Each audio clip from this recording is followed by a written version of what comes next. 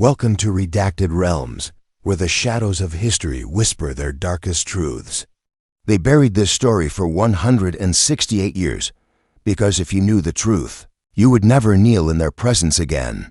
There's a reason you have never heard of the forgotten nuns of St. Mary's, a reason their names were erased, their graves unmarked, their existence reduced to whispers in sealed archives. What I'm about to tell you was never meant for the ears of the living. Not because it is a legend, but because the church knew that once this secret leaked, faith itself would bleed. Imagine this: 23 women vanish one by one behind the limestone walls of a convent. On the edge of Lake Michigan, no screams, no trails of blood, just silence and the hollow sound of chapel bells echoing across the Wisconsin wilderness. And for decades, the church called it administrative error. But in 2021, a sealed cavity in a wall collapsed during renovations, and what they found inside turned a clerical mistake into a nightmare.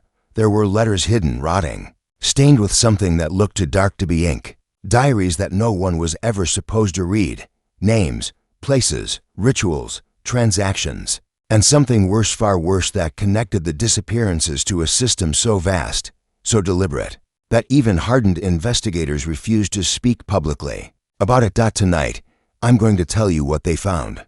But understand something: the deeper you listen, the heavier this becomes. This is not a ghost story. This is not folklore. This is what happens when absolute power is given to people who answer to no law but their own. Once you hear this, you cannot unhear it. You will never see the world or the church the same way again. Pause, lower tone, almost like a warning, and you were not supposed to hear it at all. Picture this: it's October 1854. The Wisconsin sky is a dull slate gray, the air heavy with fog that curls like fingers through the pine trees. A black carriage grinds up a dirt path, wheels cracking frozen soil. Inside sits Bishop William Quarters, sent from Chicago to consecrate a new convent on the edge of a growing frontier. The mansion is already waiting, a sprawling, Gothic fortress, once a lumber baron's estate, now purchased by the Catholic Church. 30 acres of woodland shielding it from the nearest town, thick limestone walls, narrow windows that look like watching eyes, and above it, all a bell tower stabbing into the sky, its iron cross catching the last light of the dying sun. To the locals, it is an intrusion. The Protestants of the Wisconsin wilderness see it as a foreign power planting its roots deep in their soil. They whisper words like papist and spit when they pass the gates. But whispers cannot stop what's coming. Inside those walls, 23 young women nuns, barely past their 20s, kneel in silent obedience. They believe they've come here to serve God, to heal the sick, to teach orphans, to pray for the salvation of souls. They have no idea what they've stepped into. The doors lock, the bells toll, and the first night descends like a velvet shroud. Slow down, pull the listener deeper. Mother Catherine Murphy, the superior of St. Mary's, stands at the head of the candlelit refectory. Her eyes are the pale, colorless blue of ice under winter sunlight. Her voice cuts the silence like a blade. We are God's chosen in this wilderness. We will be tested. We will be broken, and through suffering, we will become perfect. The young nuns bow their heads. They think these words are holy. They think pain is purity. They do not see the shadow behind her. Not yet. The first disappearance doesn't happen right away. That's the brilliance of systems like these. They start with obedience, with rituals, with control disguised as devotion. 3 a.m. prayers in an unheated chapel, kneeling on stone floors until their bones burn, fasting for days on end. Confession so intimate it borders on invasion, and through it all Mother Catherine watching, always watching. And then April 1855, Sister Agnes O'Connor does not rise for morning prayers. Her bed is cold, her belongings gone. Mother Catherine announces that she has been called to serve at a mission in Minnesota. No farewell, no letter, no goodbye, and that's how it begins. Voice lowers almost a whisper now. They vanished in patterns, always the youngest, always the prettiest, always chosen for something the others could never quite name. The church called them transfers. The locals called them holy callings. But what really happened to the nuns of St. Mary's was neither holy nor human. And before we go deeper, I need you to do something. If you're still here, if you're still listening after this much darkness type. The silent bells toll twice in the comments. Twice. That phrase is how we know you're awake. That phrase will mark you as one of us. Because after this point there is no going back. And here's where it turns. Because what Sister Mary Collins overheard one night in 1858 was not prayer. It was negotiation. And the price being discussed was flesh. The doctor says this one will fetch a higher price. Pause. Then, very low, very sharp. You want to know how far the rabbit hole goes? Stay with me. Because this was only the first door. You want to know how far the rabbit hole goes? Stay with me. Because this was only the first door. The first true fracture in the silence came not with a scream, but with a whisper. The kind of whisper that crawls beneath the skin and breeds questions that no one wants answered. It was Sister Mary Collins, a woman too curious for her own salvation, who overheard the voices. It was late, long after Compline, when the convent should have been drowned in silence, except for the wind groaning against the shutters. Mary couldn't sleep, her stomach clawed with hunger after 3 days of fasting, her knees swollen and purple from endless hours of prayer. She rose quietly from her cot, careful not to wake the others. There was a draught in the hall, an icy finger brushing her cheek, and for a moment she wondered if the building itself was breathing. She followed the sound, not the draught, but something softer, a murmur threading through the walls. A man's voice, low and steady, a woman's voice, sharp as broken glass. Mary pressed her ear against the cold stone near the vestry and froze. You understand the price? Yes, Father, we've prepared her. She must be untouched, or the buyers will refuse. Mary's breath snagged in her throat. Buyers. The word dripped like poison into her mind. She pressed closer, heart pounding against the wall, until the voices melted into footsteps, heavy boots on wood. Then the sound of a door creaking open, a sudden slice of candlelight cutting through the darkness at the end of the corridor. Mary retreated into the shadows, praying without sound, eyes wide as the superior herself, Mother Catherine, stepped into view, and behind her, a man in a cassock, his face half shrouded by the hood of his cloak. He carried a leather case, its metal clasps glinted like teeth. They passed within arm's reach, their voices now hushed to nothing, their steps deliberate, measured as if treading on the edge of damnation. Mary's nails dug crescents into her palms. She waited until their figures dissolved into the black, then slipped back into the dormitory like a ghost. But she did not sleep. She could not. The word echoed in her skull. Buyers. The next day, Sister Veronica was gone. Mother Catherine announced it during breakfast, her tone light, almost cheerful, as if delivering news of a wedding. Veronica had been called to serve in a mission farther west, she said, smiling in that way that never reached her eyes. There was no letter, no farewell, just an empty bed, folded sheets, and silence. The other sisters bowed their heads. Obedience was survival. Questions were sin. And so the walls swallowed the truth like a snake devouring its own tail. But Mary began to watch. She counted the meals, the prayers, the faces at the table. She marked the gaps as they widened like cracks in the earth. And she kept her silence, though the weight of it gnawed at her soul like worms in a coffin. Weeks bled into months. Winter locked its jaws around Wisconsin, and the convent became an island of ice and shadow. Snow piled against the gates, sealing them from the world. The sisters huddled in threadbare habits, their breath frosting the air as they sang hymns, through chattering teeth.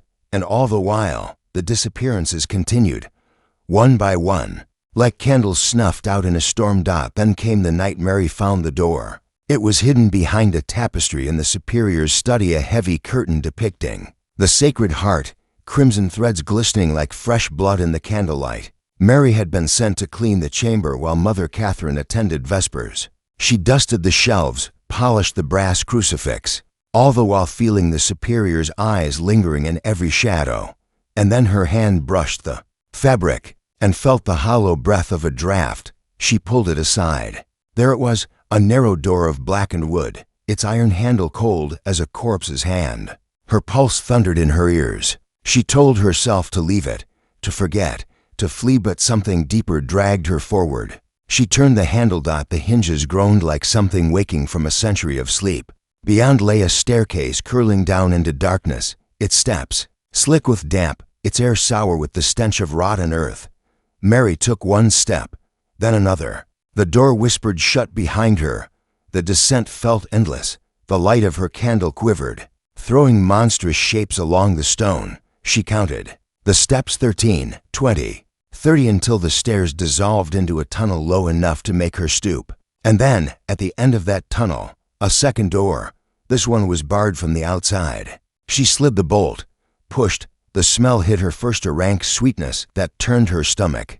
Then the sound, a slow, wet drip echoing like a clock in an empty cathedral. She raised her candle, and the darkness bloomed into horror.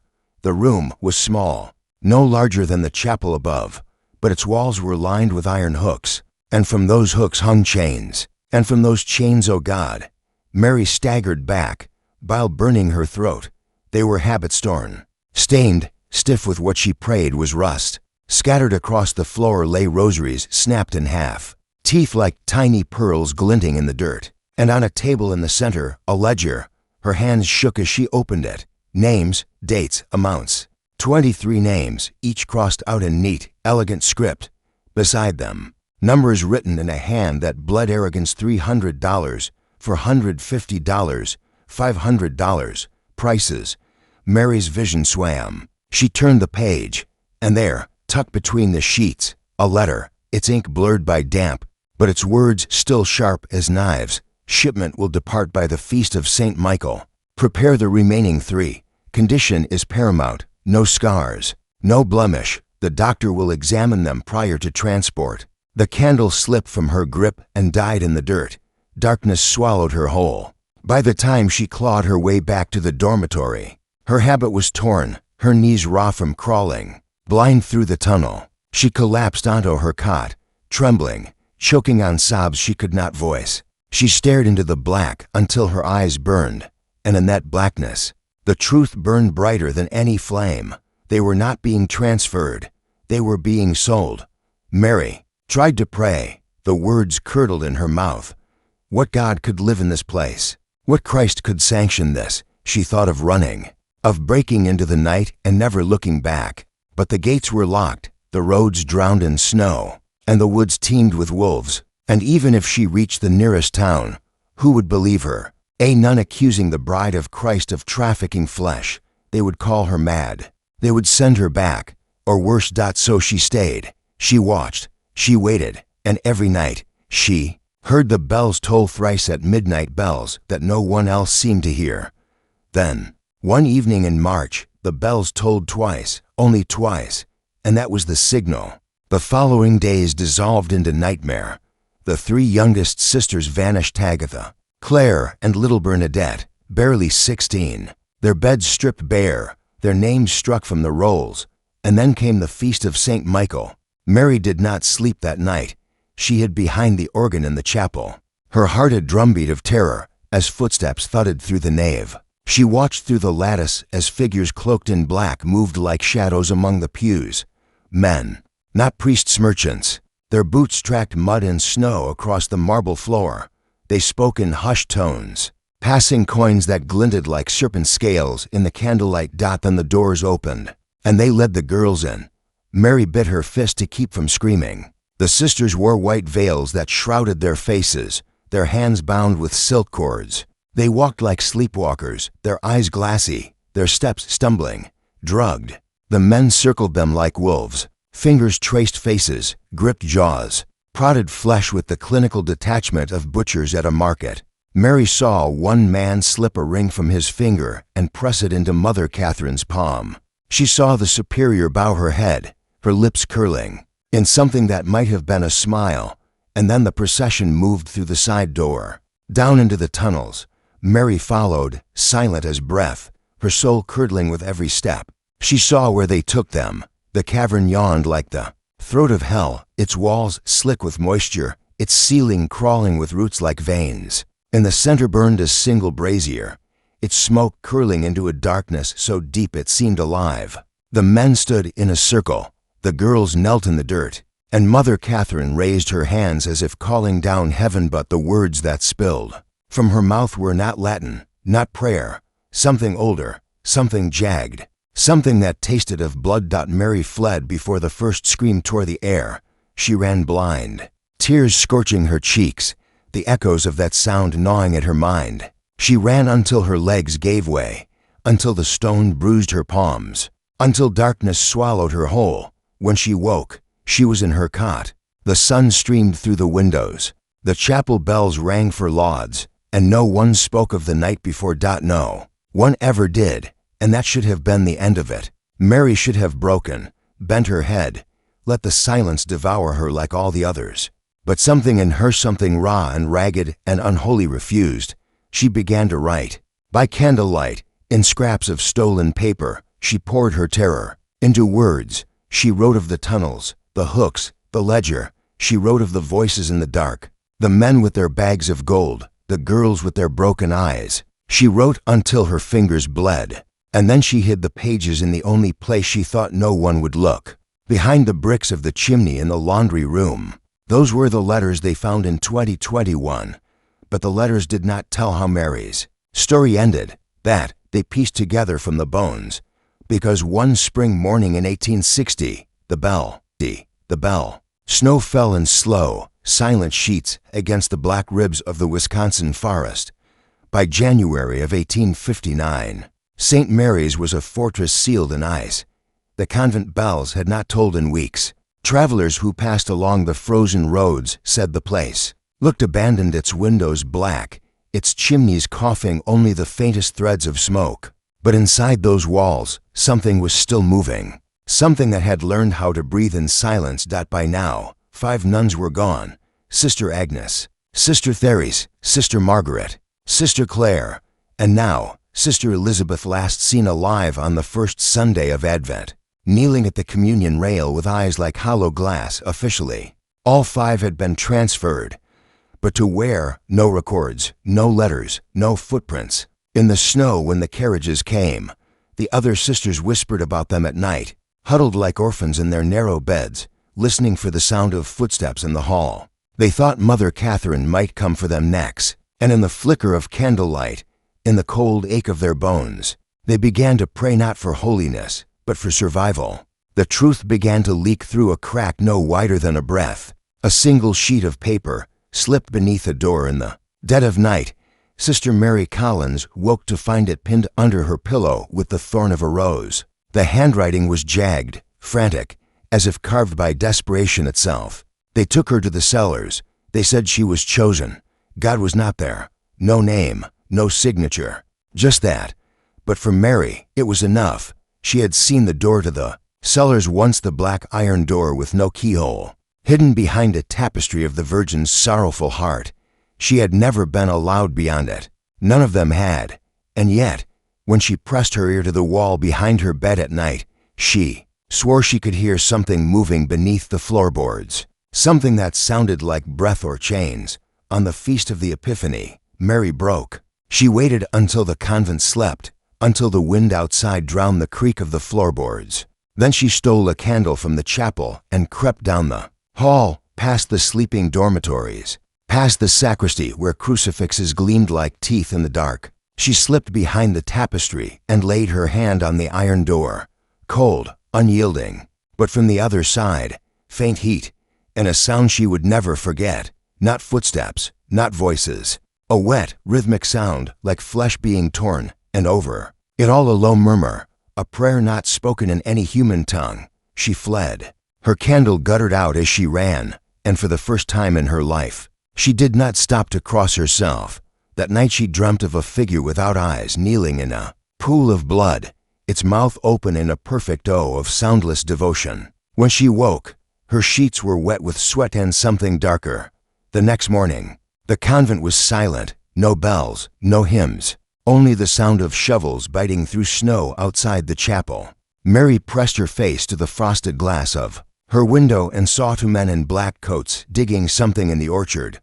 When they were done, they dragged a sack long, narrow, heavy out of the cellars and laid it in the hole. She could not see the face. She could not hear the prayer they said over it. But when the men were gone, the earth was still steaming. Word reached the village weeks later. Not through letters, not through whispers, through screams. A farmhand named Peter Havel was trapping mink along the frozen creek when his dog unearthed something in the snow, a hand, pale as milk, with a rosary wound so tight around the wrist the flesh had split. The sheriff came, so did two priests from Chicago. They said it was a tragic accident. A sister had wandered from the convent, lost her way, and frozen in the storm. The body was burned before anyone could ask why her tongue was missing. After that, the locals stopped passing the convent at night. The thaw came late that year. When the ice broke, so did the silence. Letters began leaking from the convent like blood from an unhealed wound. Some were smuggled in loaves of bread by the kitchen boy. Others were found in hymnals at the back of the chapel, all written in the same trembling hand, all saying the same thing.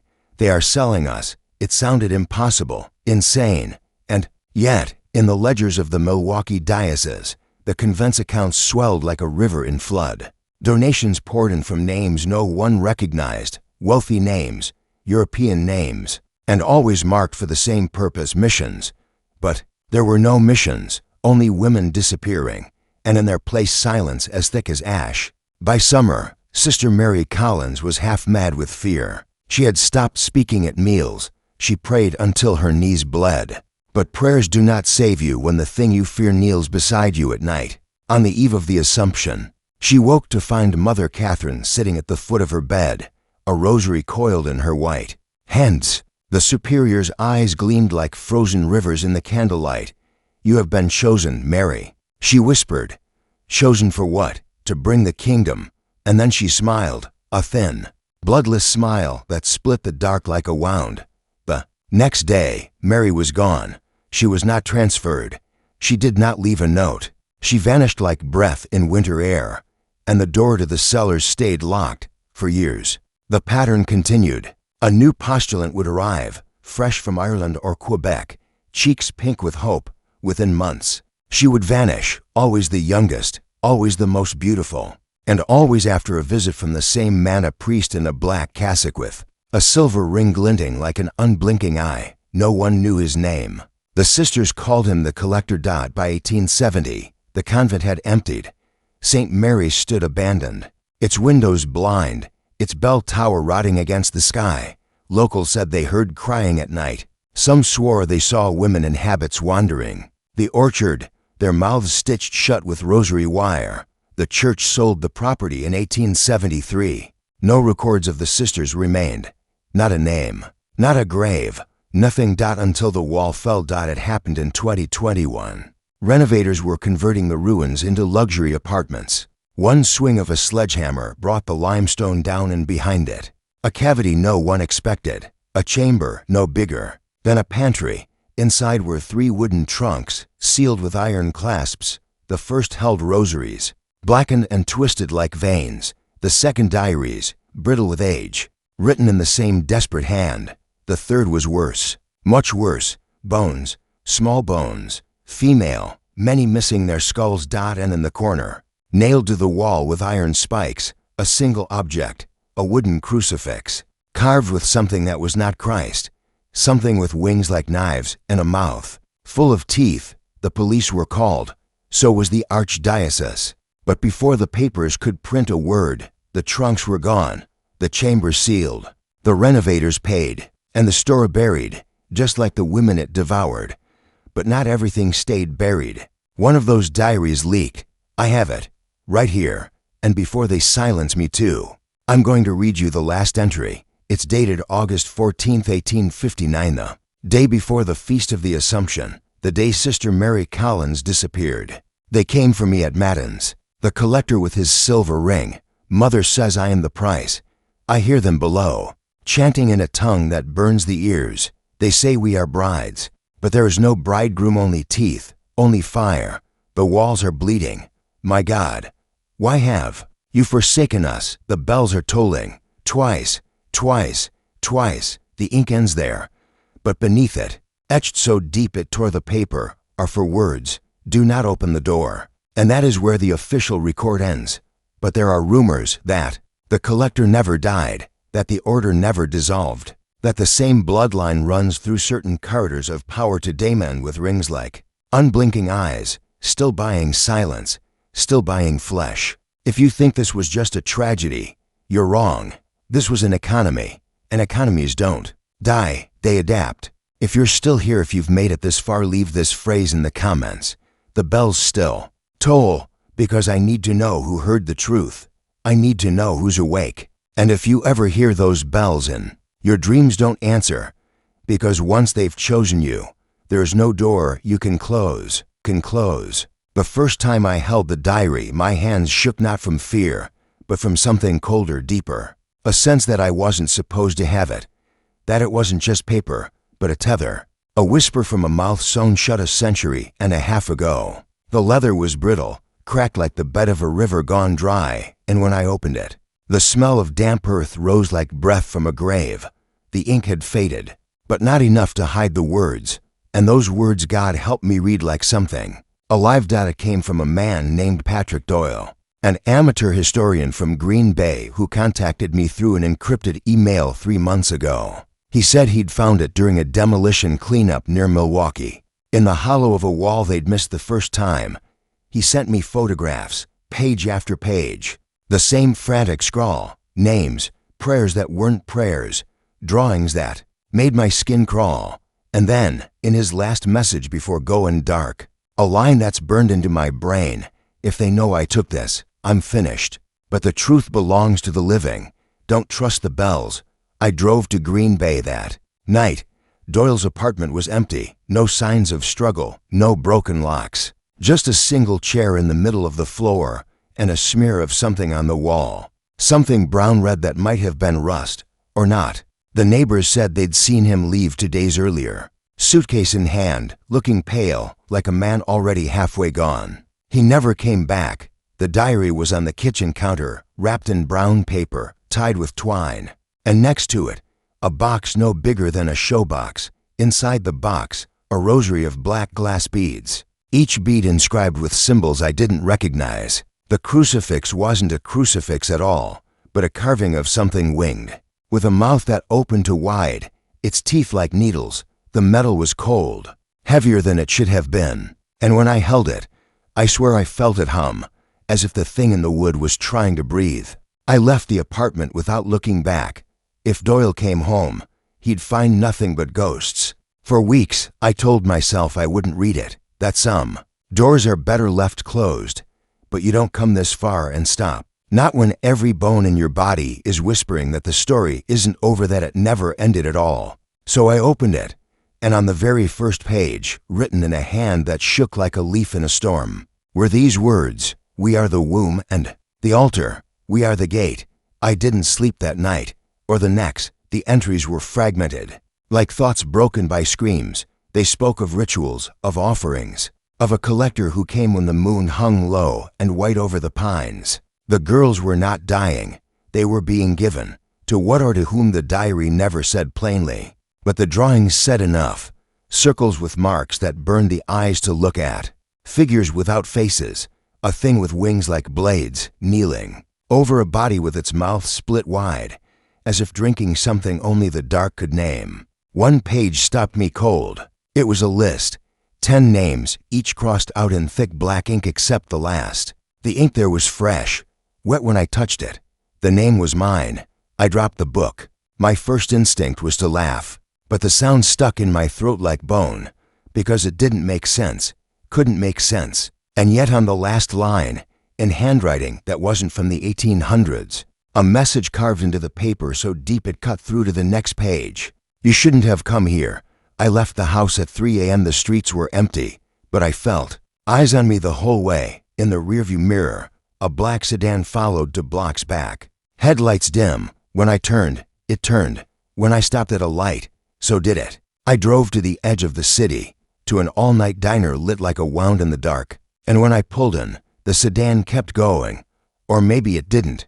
Maybe it was never there at all. But the feeling didn't leave me. The next morning, I started digging. Old newspapers, microfilm reels that smelled of dust and time. Diocesan archives locked behind layers of permissions I wasn't supposed to have. Every trail curved back to the same names, wealthy families whose fortunes bloomed in the late 19th century, right after the convent closed its doors. Families that built railroads, banks, hospitals, families that funded charities and orphanages, that smiled from portraits in museums with eyes that didn't blink. Their money dripped like candle wax from century to century, pooling in foundations and trusts. And in every photo, in every record, a small detail, a silver ring, plain except for a single black stone, the same as the collectors. They weren't just donors, they were architects. They didn't bury the order, they became it. I filed a Freedom of Information request on the Milwaukee police records for 1873, the year St.Mary's was sold. The request was denied. I filed again. Denied. The third time. I got a call from a blocked number, a man's voice, smooth, low, carrying the kind of calm that comes from knowing you're not afraid of anything or anyone. "Stop asking questions," he said. "Who is this? You don't want to know."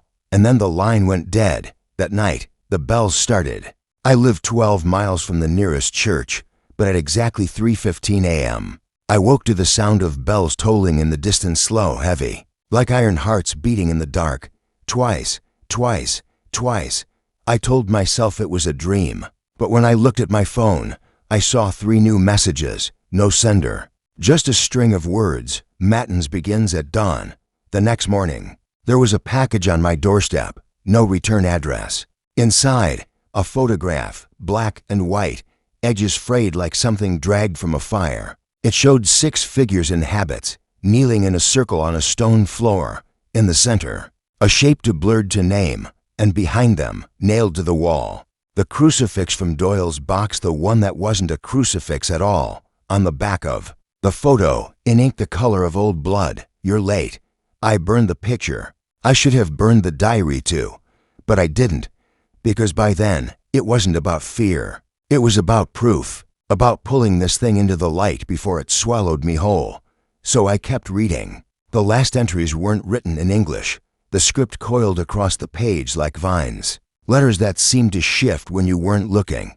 But the dates were clear, August 14th, 1859, again and again, as if time itself had broken and was looping back on the same day. And then a single phrase in English, scrawled beneath the ink like a voice breaking through water: "The blood will find." The blood, it sounded like a curse or a prophecy. I traced the diary's paper to a mill in Quebec that closed in 1862. I traced the ink to a formula used by monastic scribes. Every thread led deeper into the dark, until one day, there were no more threads, just a name I didn't expect to see. My own. Not just in the diary. In a registry. Baptismal records, 1987, St. Agnes Parish, 2 hours from Milwaukee.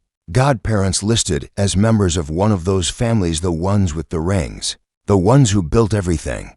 I'm not just telling this story.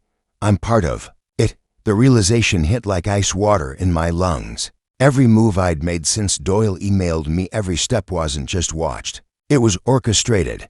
Because the truth isn't something you find. It's something that finds you.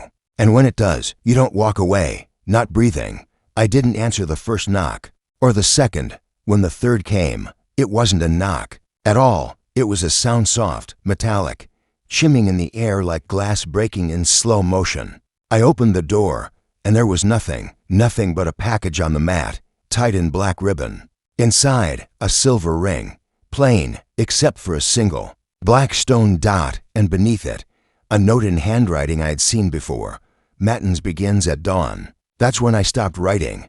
For 2 weeks, nothing. No posts, no emails, just me in the dark, waiting for the sound of bells. And when it came, when I heard them tolling again, twice, I didn't run. I followed. They led me through streets I'd known my whole life, streets that twisted into shapes I didn't, down into the earth, where the air smelled of stone and old blood, into a room lit by candles black as pitch, wax dripping like tears. And in the center of that room, a circle drawn in ash and bone. They were waiting for me, not ghosts, not demons, people with faces you'd recognize from charity galas, from university boards, from Christmas cards in gold foil. People in robes the color of night, silver rings gleaming like eyes in the dark, and behind them, nailed to the wall, like it had never left, the crucifix that wasn't a crucifix at all. Its mouth was open, and inside, something moved. They Didn't speak. They didn't have to. Because I understood now. The convent wasn't a relic. It was a seed. And this was the harvest. I don't remember what happened after that. Not clearly. Just fragments, like shards of a mirror and blood. A chant that burned the ears. Hands on my skin, cold as stone. The taste of iron on my tongue. And a voice not outside, but inside saying, "You are the gate." When I woke, it was dawn. I was in my bed. The diary was gone. The ring was on my finger, and outside my window, the bells were tolling. If you're hearing this, it means I got out. Or they let me out. Maybe that's the same thing. But listen to me, really listen. This isn't just a story, it's an inheritance. And now that you've heard it, now that you've carried it in your head like a candle in the dark, they know you too. If you wake at 3:15 and hear bells in the distance, don't go to the window. Don't look outside. And whatever you do, don't answer the knock. Because matins begins at dawn. The first time I tried to take the ring off, it cut me. Not like a sharp edge. Not a scrape. This was deliberate, surgical, like the band had teeth. The skin tore in a perfect circle, and the blood didn't fall. It sank into the metal as though the stone were drinking. I wrapped my hand in gauze and left it on. Because I couldn't shake the feeling that if I forced it, it wouldn't just take flesh. It would take something deeper. For days, I tried to pretend life was normal. Coffee in the morning. Laptop open to blank documents I never filled. But every sound carried weight now, every creak in the floorboards. Every gust against the window like fingers tapping to be let in. The bells came again the next night, and the one after, always at 3:15. Always twice. The first time, I'd thought they came from miles away. Now they sounded closer, inside the house. Almost like the walls had learned how to breathe. I stopped sleeping. When I closed my eyes, I saw the circle in the earth, the faces behind the hoods, the mouth and the crucifix opening wider than before, and beneath it all, the voice, the one that had whispered, "You are the gate." It didn't speak in words anymore. It pulsed like a second heartbeat, threading itself through my thoughts until I couldn't tell where I ended and it began. I tried burning the rosary Doyle left me, poured lighter fluid on it, struck a match, watched the flames crawl over the black glass beads. They didn't crack, didn't melt. The fire ate the match and the paper beneath. But the beads stayed cold. When the last ember died, they were still there in the ash, gleaming like eyes. I threw them into the river. That night, I woke to find them on my nightstand, coiled neatly like a sleeping serpent. That's when I stopped telling myself I was in control. I started digging into the families again, the ones who carried this. From century to century like a torch in the dark, I broke into a record's office at 2 a.m. with a crowbar and a heart that wouldn't stop hammering, and what I found there didn't make sense.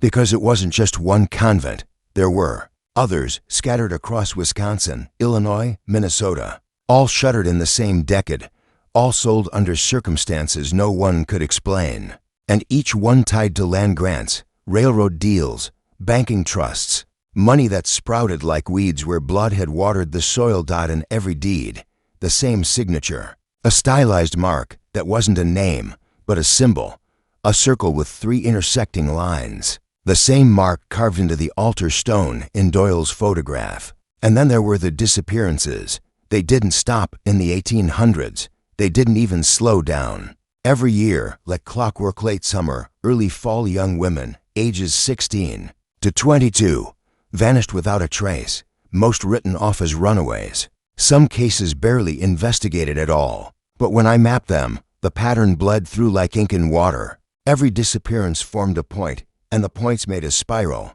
that narrowed, year by year, decade by decade, until its center landed square on one spot, St. Mary's, except St. Mary's isn't there anymore. It's a field now, a flat stretch of grass behind a chain-link fence, where weeds grow through cracks in the asphalt like veins under pale skin. They say the buildings burned in the early 1900s, an accident during demolition, but no fire burned. That hot, no fire leaves stones clean as bone.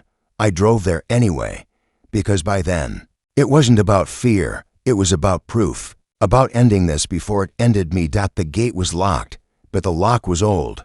It broke easy. The wind cut through the field like a blade, carrying the scent of something wet, metallic. The grass whispered as I walked, and I swear the earth shifted under my feet like something was breathing just below the surface.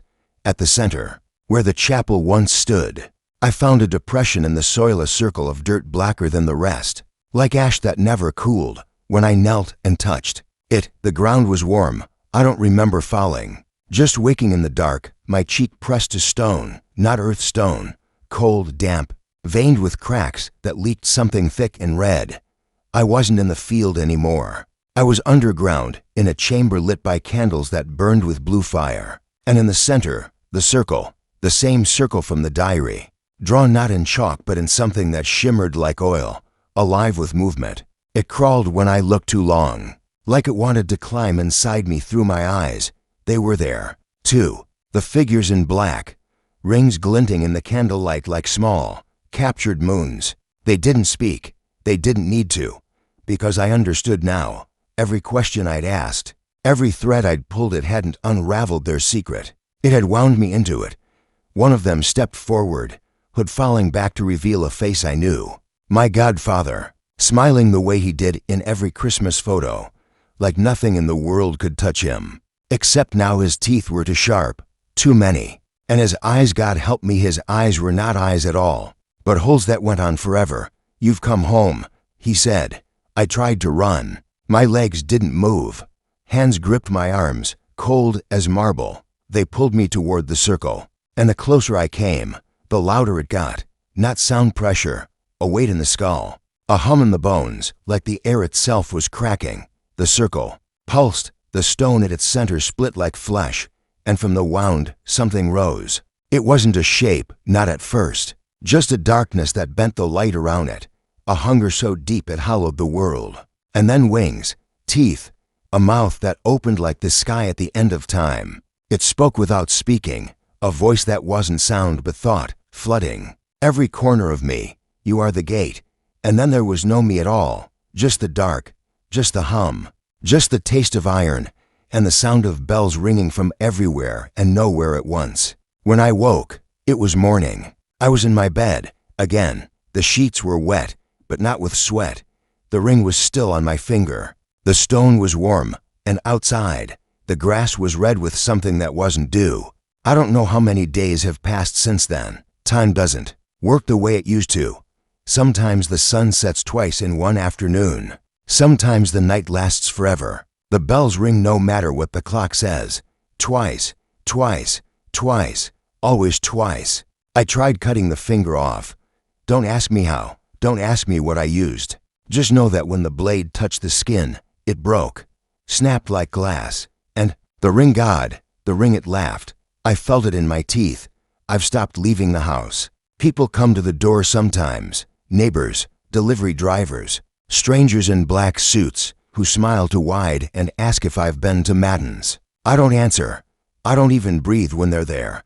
But they always leave something on the mat. A feather, a coin, once a vial of blood stoppered with wax, and a note, "The blood will find the blood." I don't know what that means. I don't want to. But last night, when I looked in the mirror, I saw something moving under my skin. Something black, coiling like smoke. And when I opened my mouth to scream, a voice came out that wasn't mine. "Matins begins at dawn." I don't dream anymore. Or maybe I do, and the dreams just bleed into the waking. Sometimes I see Doyle, standing at the foot of my bed, his throat a red grin from ear to ear. Sometimes I see the girls from the diary, their faces blank, their mouths full of teeth that don't fit. And sometimes I see myself, standing in the circle, smiling with a mouth that isn't a mouth at all. If you've read this far, it's too late. You've heard it now, carried it in your head like a seed. And seeds grow. That's how it works. That's how it's always worked. This isn't a story, it's a door. And you opened it. So listen to me. Really listen. If the bells wake you at 3:15, don't move, don't breathe. And whatever you do, don't answer the knock. Because Matins begins at dawn. And this time, they're coming for you. Coming for you. I started counting the cracks in the ceiling. It was the only thing that felt real anymore. The only thing that stayed the same.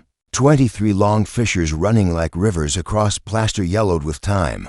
23. Every time I looked until yesterday there were 24. Today there are 26. They spread while I sleep. Though I don't remember sleeping, they spread like veins, like roots. And when I really listen, I can hear something moving inside. Them, slow, wet, patient. I haven't opened the blinds in days, maybe weeks. It's always gray outside, though sometimes the light flickers like a bad bulb. And the bells, they never stop now. They don't wait for 3:15. They roll through the air in pulses, soft as breath, hard as iron. Sometimes they sound far away, and sometimes they sound inside my teeth, vibrating my skull until I want to claw my face off. But I don't, because I think that's what they want. The ring. God, the ring doesn't fit anymore. My finger has changed. Longer, thinner. The bone feels soft when I press it, like wax warmed by a flame. I wrap tape around the knuckle to keep it from bending backward. It didn't help. I woke up this morning and the tape was gone. Not peeled off, gone, like it dissolved into the skin, or the skin ate it. I don't leave the bedroom now. The hall smells wrong, sweet and coppery, like blood left too long in heat, and the shadows move. I know they move. I saw one stretch across the door yesterday, long and thin, even though the light was behind me. It paused at the threshold, like it was waiting for me to speak first. I didn't breathe. And after a while, it slid away, though I never heard the floor creak. The photographs are changing. The ones on the dresser, the wedding picture of my parents. The one of me at graduation, they aren't right anymore. My mother's smile is too wide. Her eyes are too bright, like glass, catching firelight. In the graduation photo, my gown is black now. It wasn't black before, and when I looked closer, I saw something under the mortarboard, something coiled in my hair like a nest of snakes. Their eyes small and wet and hungry.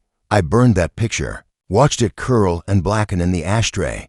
But this morning, it was back, clean, flat, waiting. Only now, there's something new in it. A figure standing just behind me, too tall, too thin. Its face a smear of gray, like someone erased it. Except for the mouth. The mouth is wide open, and inside is nothing, just a hole that goes on forever. I tried calling Doyle's number. Again, disconnected.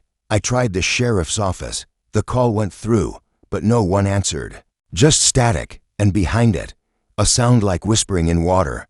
I listened for too long. I don't know how long. When I hung up, the phone was warm, like it had been held against skin that wasn't mine.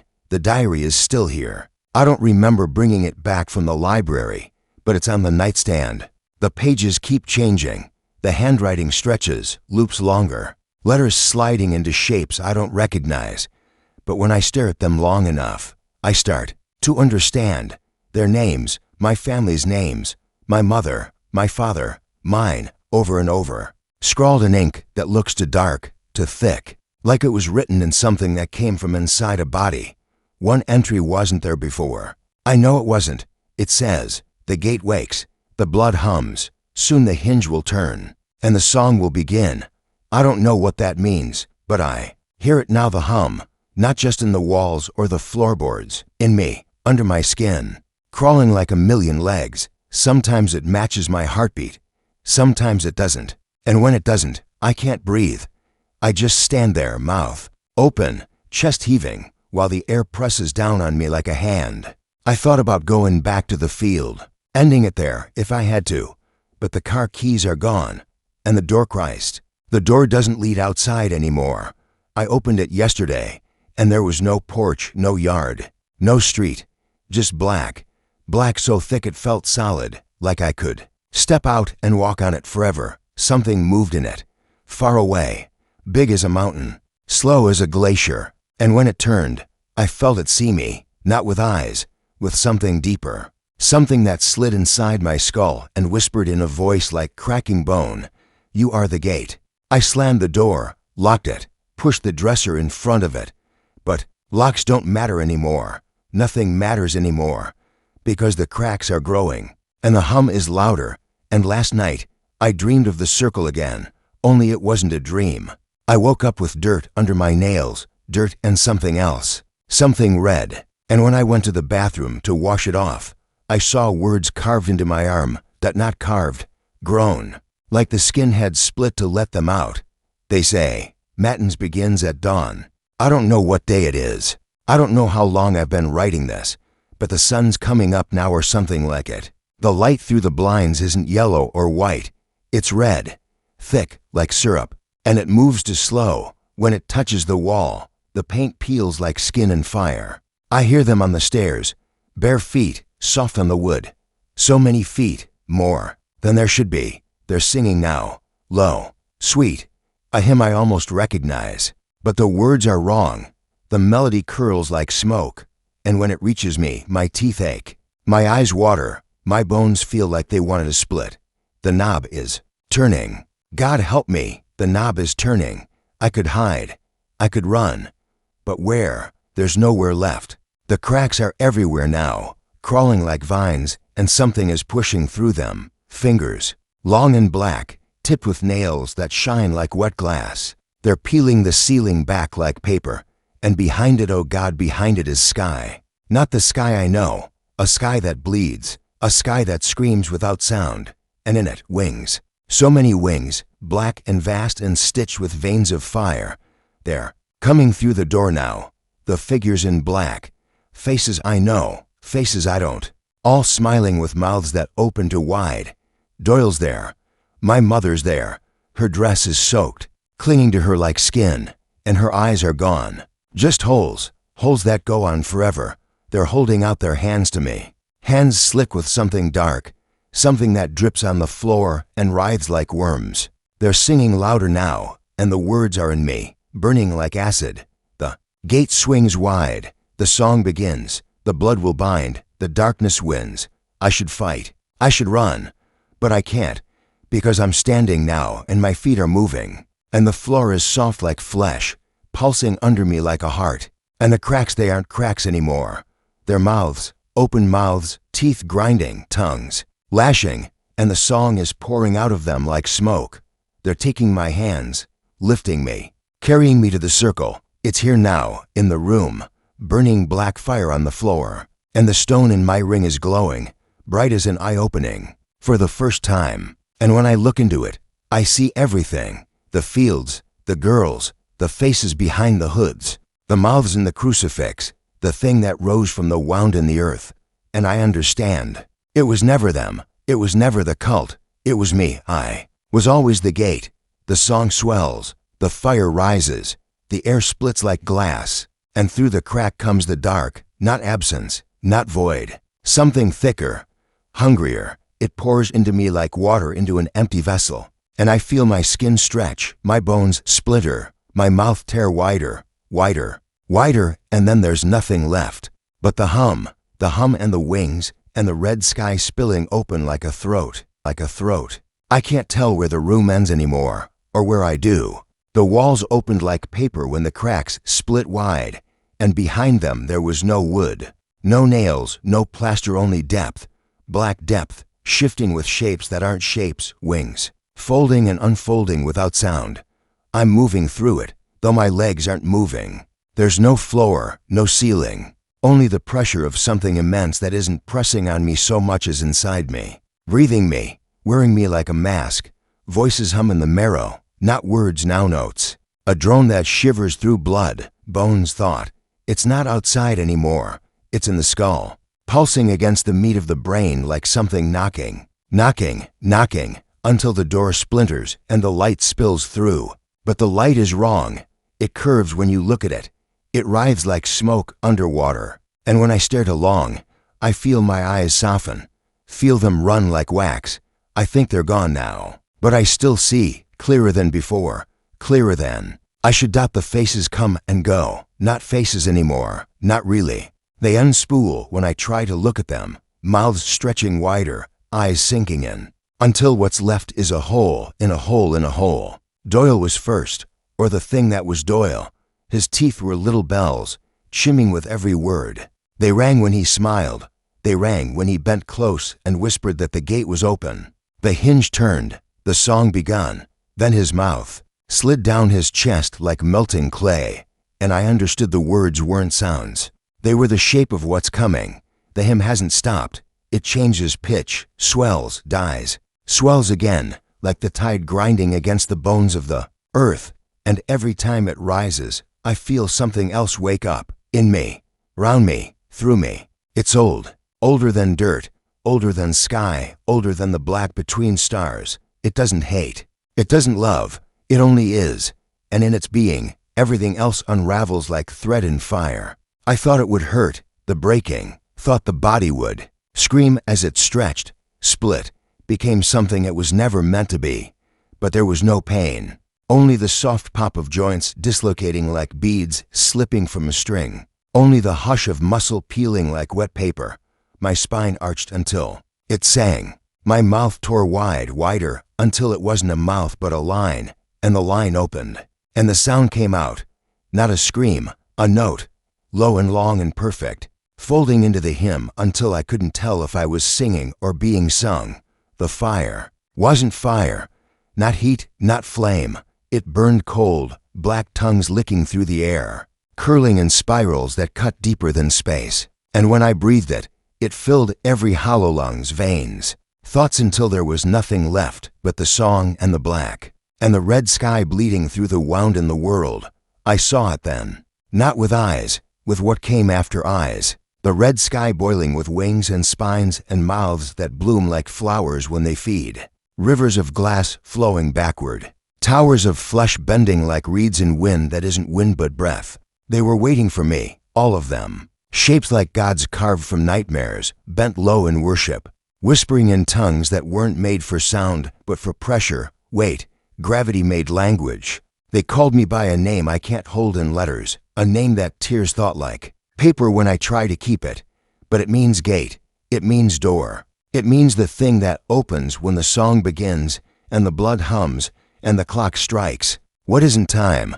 I should have been afraid, should have fallen on my knees and begged for something, mercy, death, silence. But there's no fear here, no shame, no one, only the widening, the splitting, the stretching into shapes that fit the song. I am hinge, I am threshold, I am the mouth that swallows light and spits dark. I feel them move through me, vast and slick and endless, sliding from a place, outside places into this thin, soft world.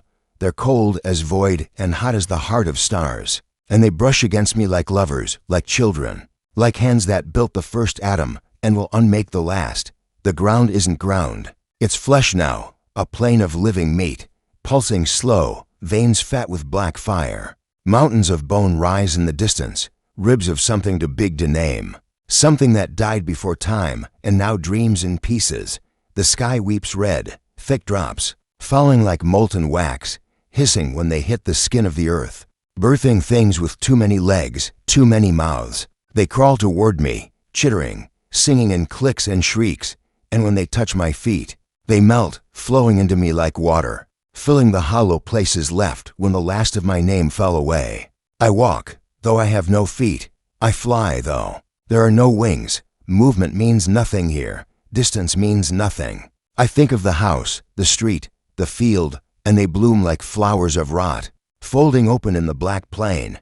The house breathes now, windows blink, the door yawns wide, teeth sprouting along the frame. Inside, the furniture writhes, birthing. Limbs, eyes, tongues, the photographs whisper, paper mouths mouthing hymns. The phone rings and rings and rings, and when I lift the receiver in my mind, the voice says my name, the name that isn't mine, the name that splits thought like an axe. They follow me, the ones who sang, the ones in hoods, the ones who waited for the song to start.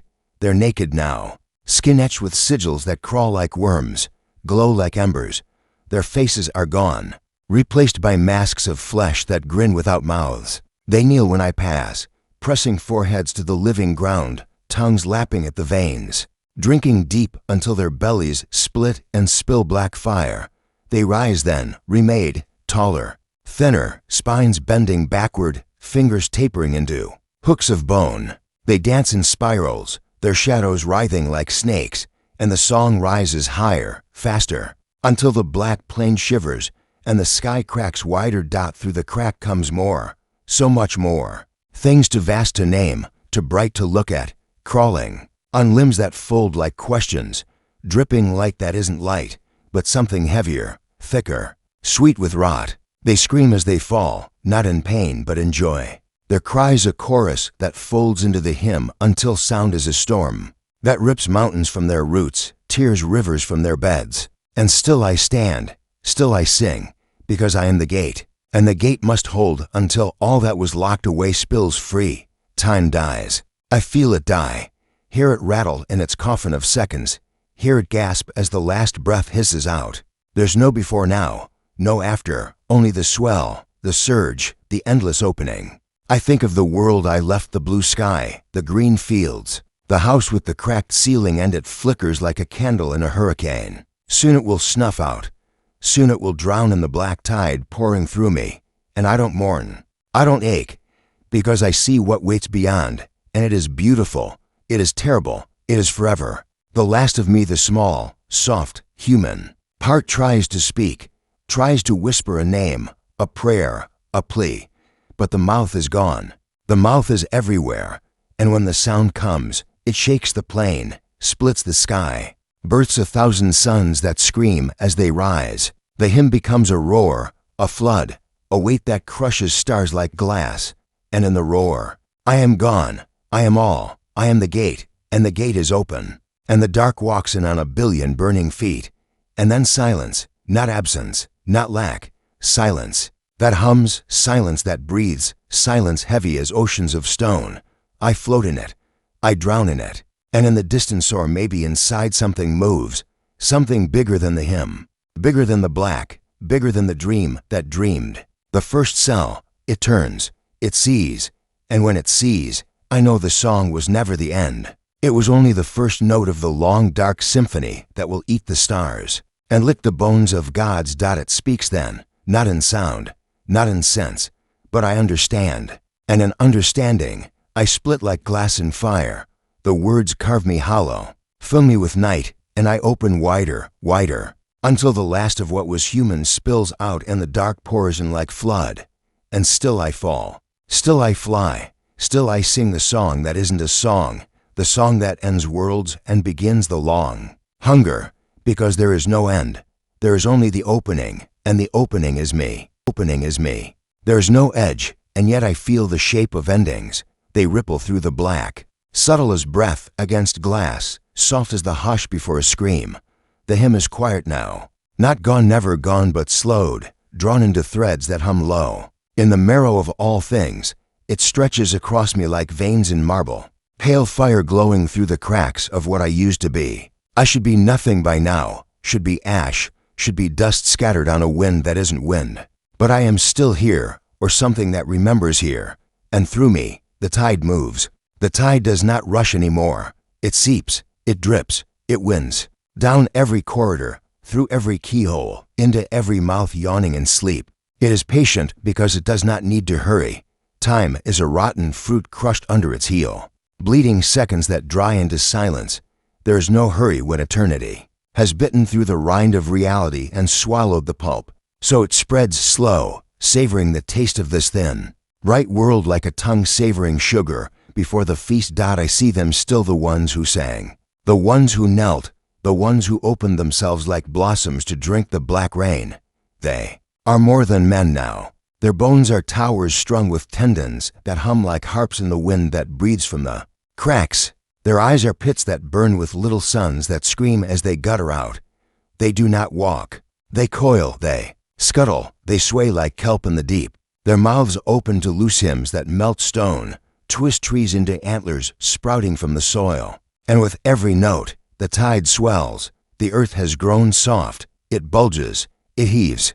It splits like fruit under a dull knife. From the wounds rise shapes that once slept in the marrow of mountains. In the silence between heartbeats of dead stars, they peel the sky like skin, layer by layer, until the blue curls black, and the black turns to a red so deep it feels like falling into lungs. Rivers run wrong now. They climb hills. They boil backward. They freeze in coils that throb with light. Fish crawl from their bellies, sprouting limbs, eyes, teeth in places teeth should never bloom. They whisper to the trees, and the trees lean down to listen, their branches bending into hands that dig, dig, dig until roots drink fire. Cities crack like brittle bones. Towers slump, streets gape. Glass sweeps down in molten sheets. People still. People, for a moment longer, stumble through alleys that pulse like veins.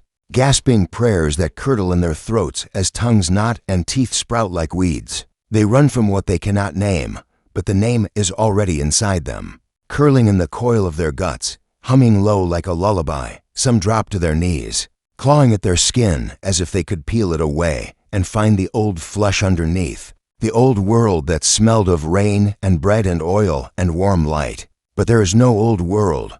There is only the widening, the bloom, the black flower drinking stars. I feel them, those who opened the door and those who begged it stay shut. They blur together in the tide, their screams harmonizing into chords that quake through the skin of the earth. Some sing in joy, their mouths tearing wider, ribs cracking like wet wood to let the song pour out. Others bite their tongues, but the song leaks through the holes in their teeth, through the pores in their skin, through the hollow of their eyes. It is not something you can silence. It was always waiting, crouched in the shadow between syllables, curled in the quiet at the back of thought. Now it walks, and when it walks, it drags you like a shadow chained to its heel. Above, if above still means anything, stars gutter out. They pop like drowned candles, spilling ink that runs across the vault of the sky until night is awound. Weeping forever, new lights bloom in their place, wrong lights. Lights that pulse like hearts beating out of time. Lights that bleed color too sharp for eyes to hold.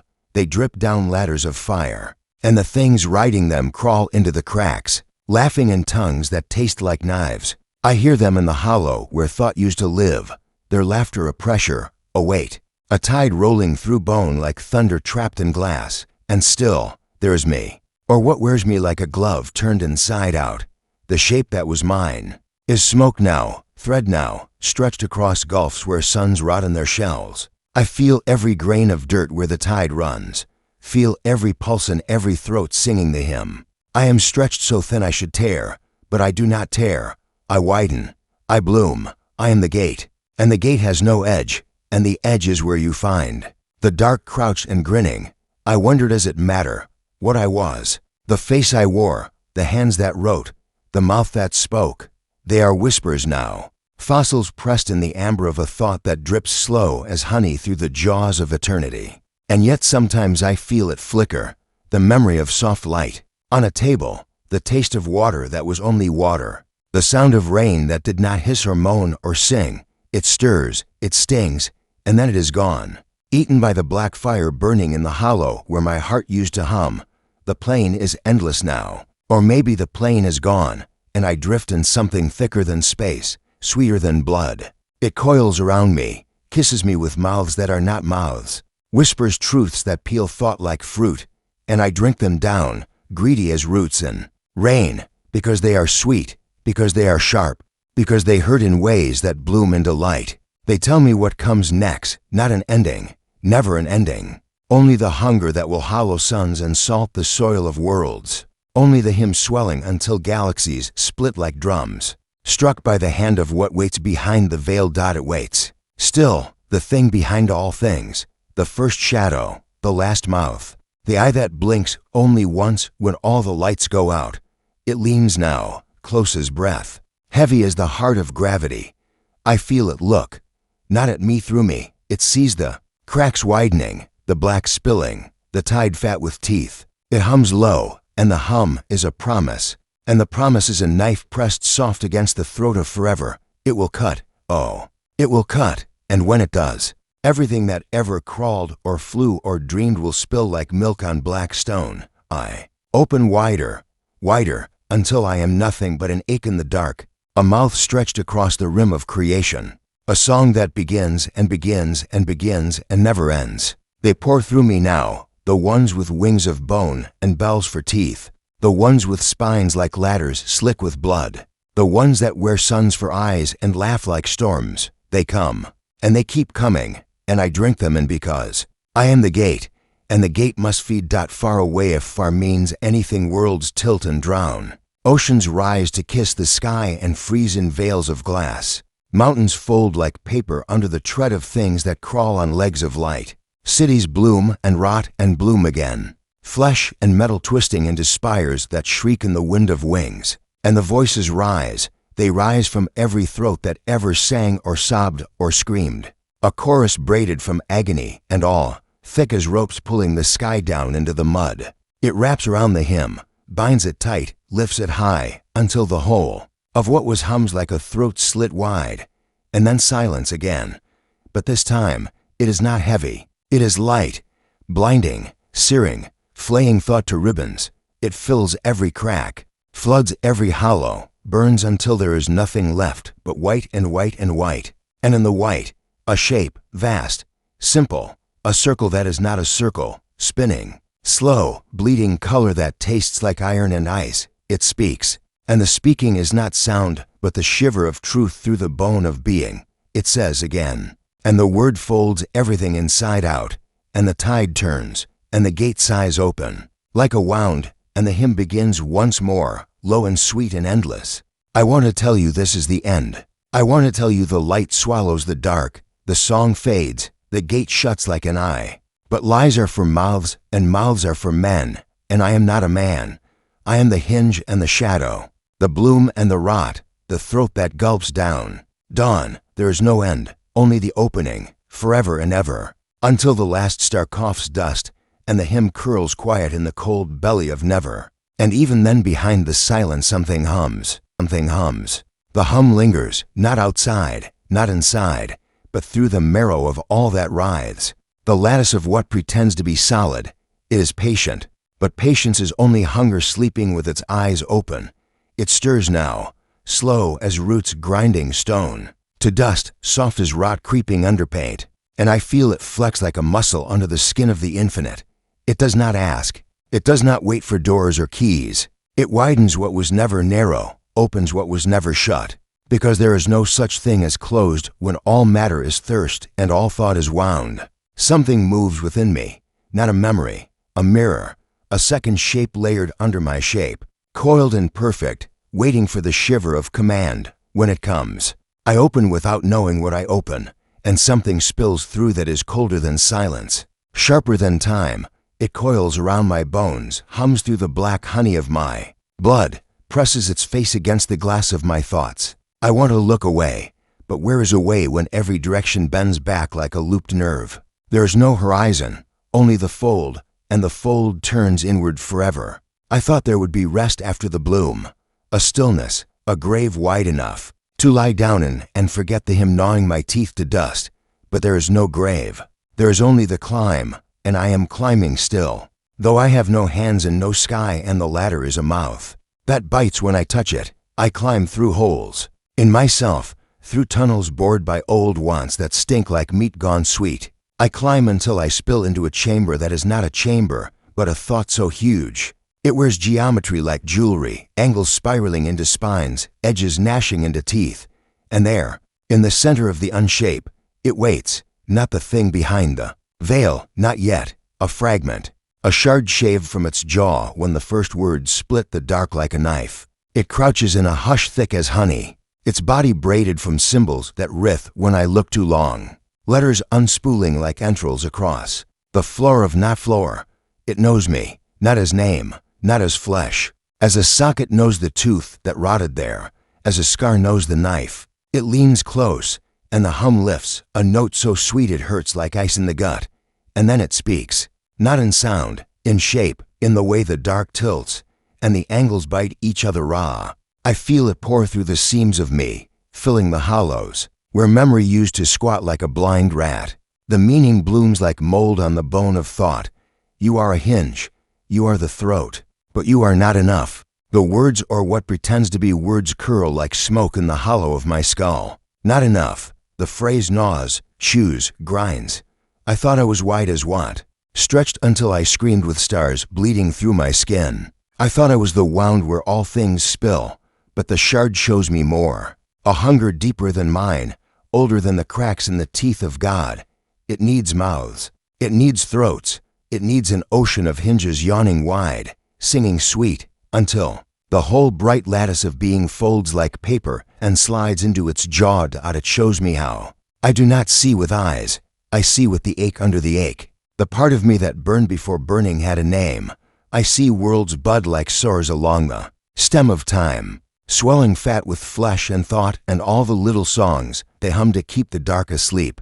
I see them split, spill, rot, bloom again. A cycle grinding its teeth to powder while the shard waits, patient, patient, patient. And now through me it moves, a ripple, a whisper, a seed in the meat of every mind that ever dreams. The shard crawls closer.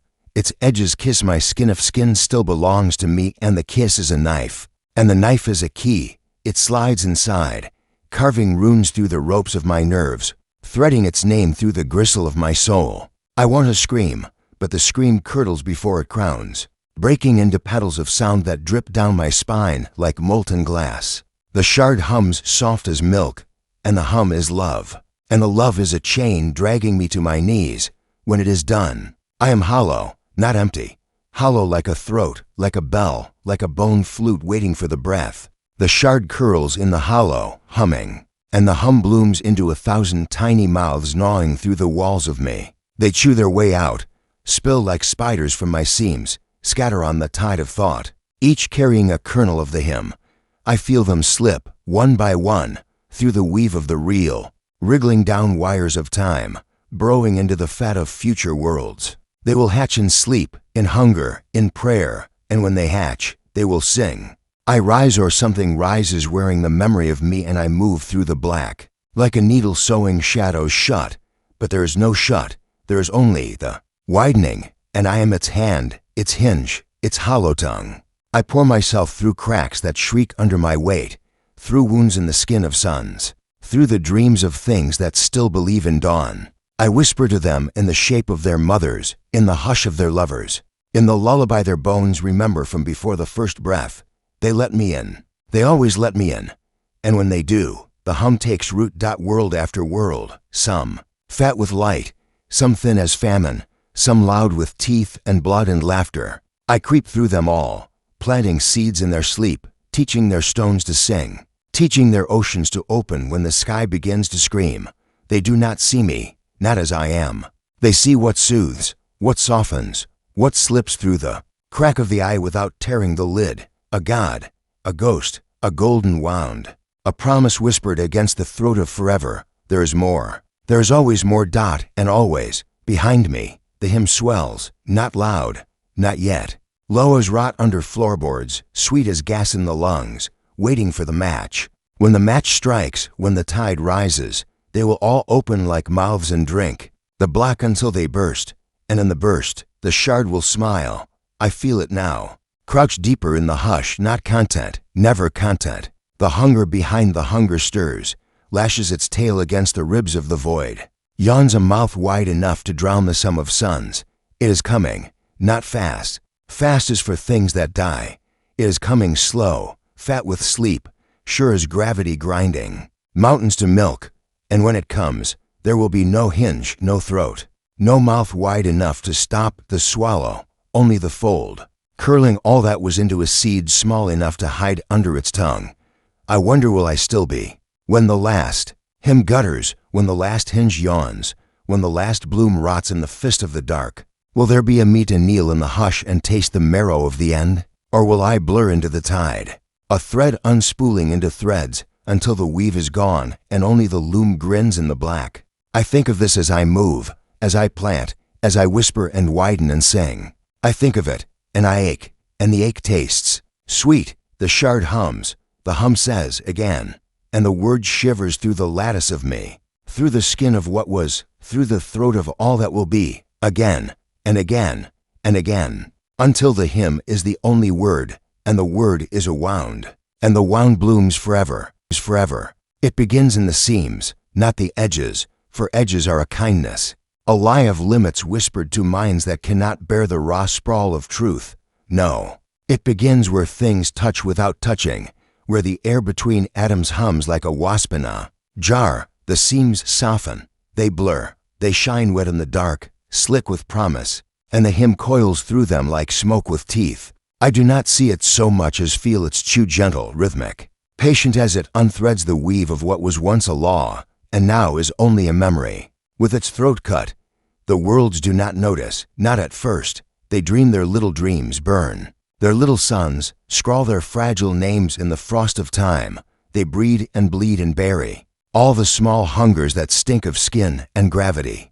They do not hear the low note bleeding under the chords of creation, or if they hear, they call it silence and weep into their hands. But silence is a lie with bones. Silence is a mask the hymn wears while it sharpens its teeth in the marrow of the real. And now the mask is slipping. It happens in whispers first. Little fractures that slither under the tongue of cause and effect. A prayer answered before it is spoken. A corpse that dreams and wakes to find the world rotting in reverse. A sky bending like wet paper until the stars run in rivulets of milk and bone. They call it miracle. They call it madness. They call it myth.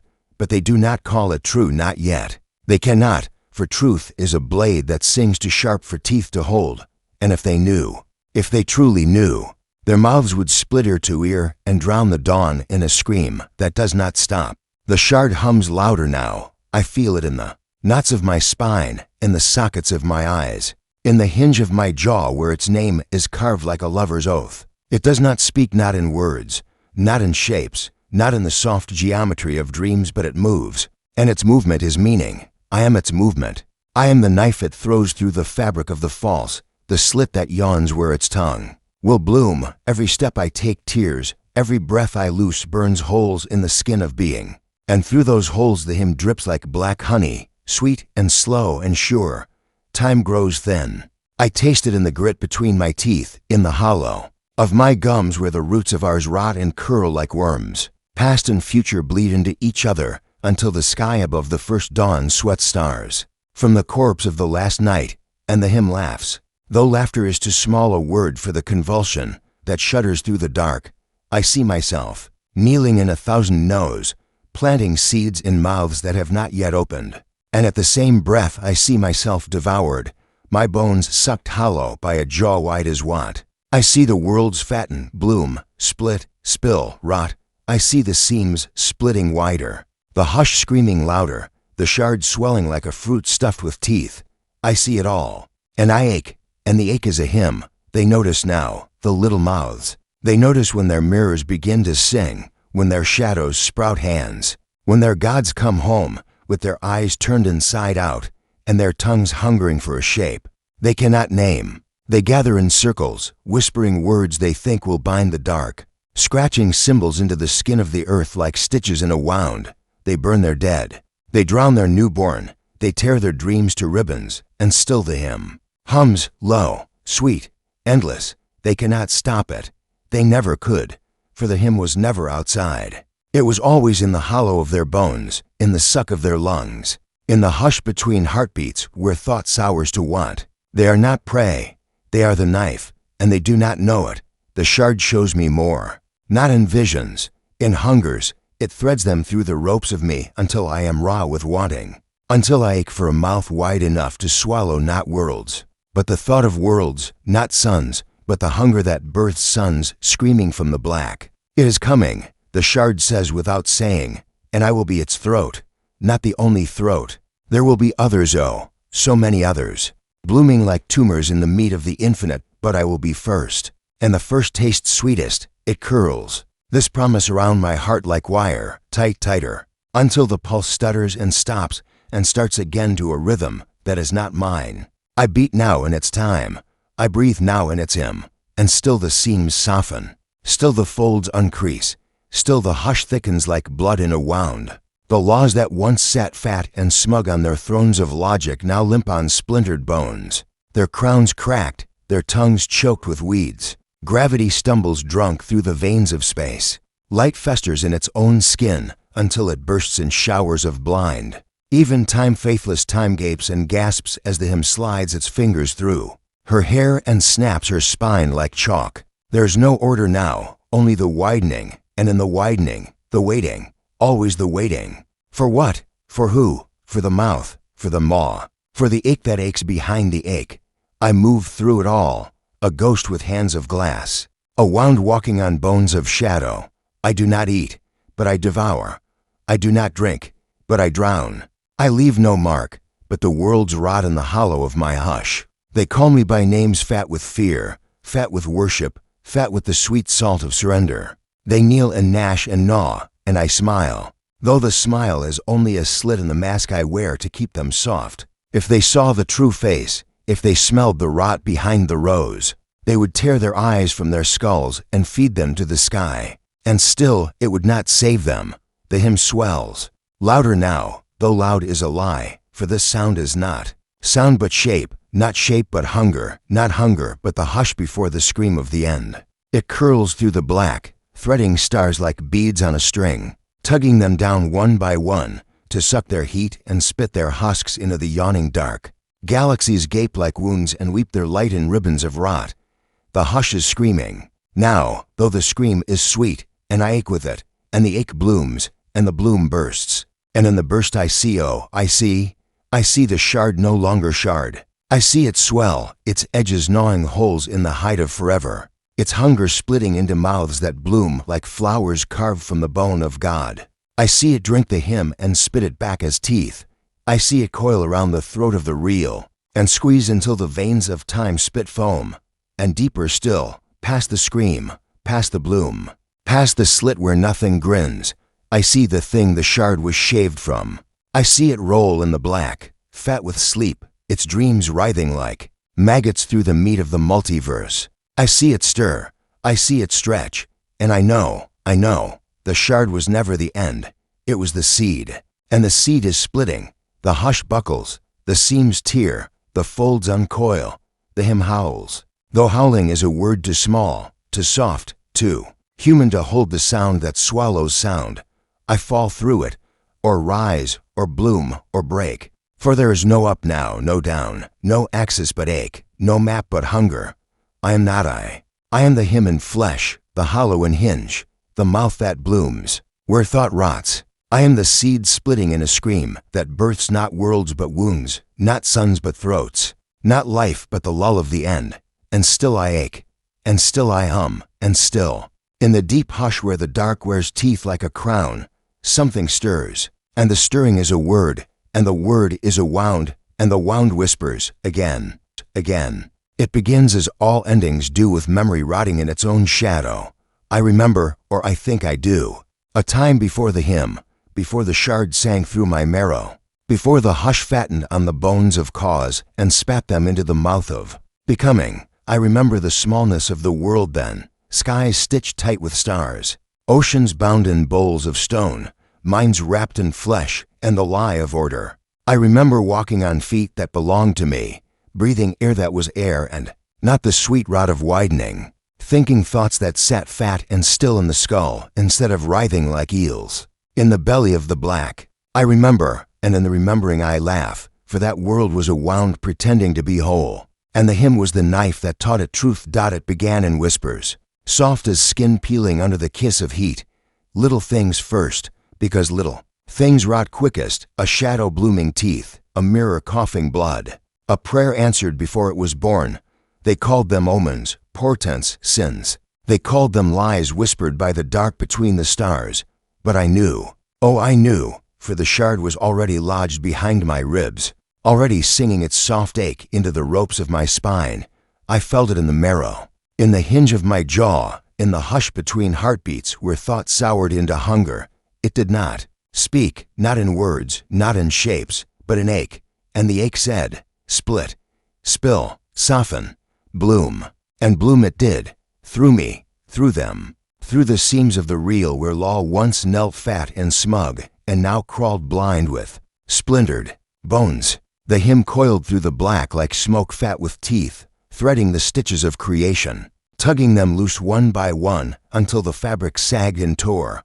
Time bled first, sweet, thin time, spilling in loops and snarls until the first dawn choked on the last dusk, and the sky drowned in rivers of star blood. Cause limped after, whining like a gut-shot dog, and when it fell the worlds went with it, their bones snapping under the weight of want. Gravity stumbled drunk, light curdled. In its own veins, thought festered and burst like meat left to rot in the sun. And through it all, the hymn hummed low and lovely, threading through the hush like a needle fat with ruin. I moved then, not as I was but as the ache wanted, a ghost with hands of glass, a wound walking on bones of shadow, a hush fat with teeth. They called me names slick with fear and worship, names like rot wrapped in ribbons. And I smiled through the slit in my mask, for if they saw the true face, they would tear their eyes from their skulls and feed them to the sky. I was the knife. Yes, but I was also the hand, the hunger, the hush. I was the seed splitting in the dark, and in the split was the hymn, and in the hymn was the end. The worlds fell fat and quick, ripe fruit splitting in the fist of the hymn. Their gods came home with their eyes turned inside out, tongues bloated. With hymns they could not hush. Their saints burned holes in the skin of the sky, and bled prayers thick with teeth.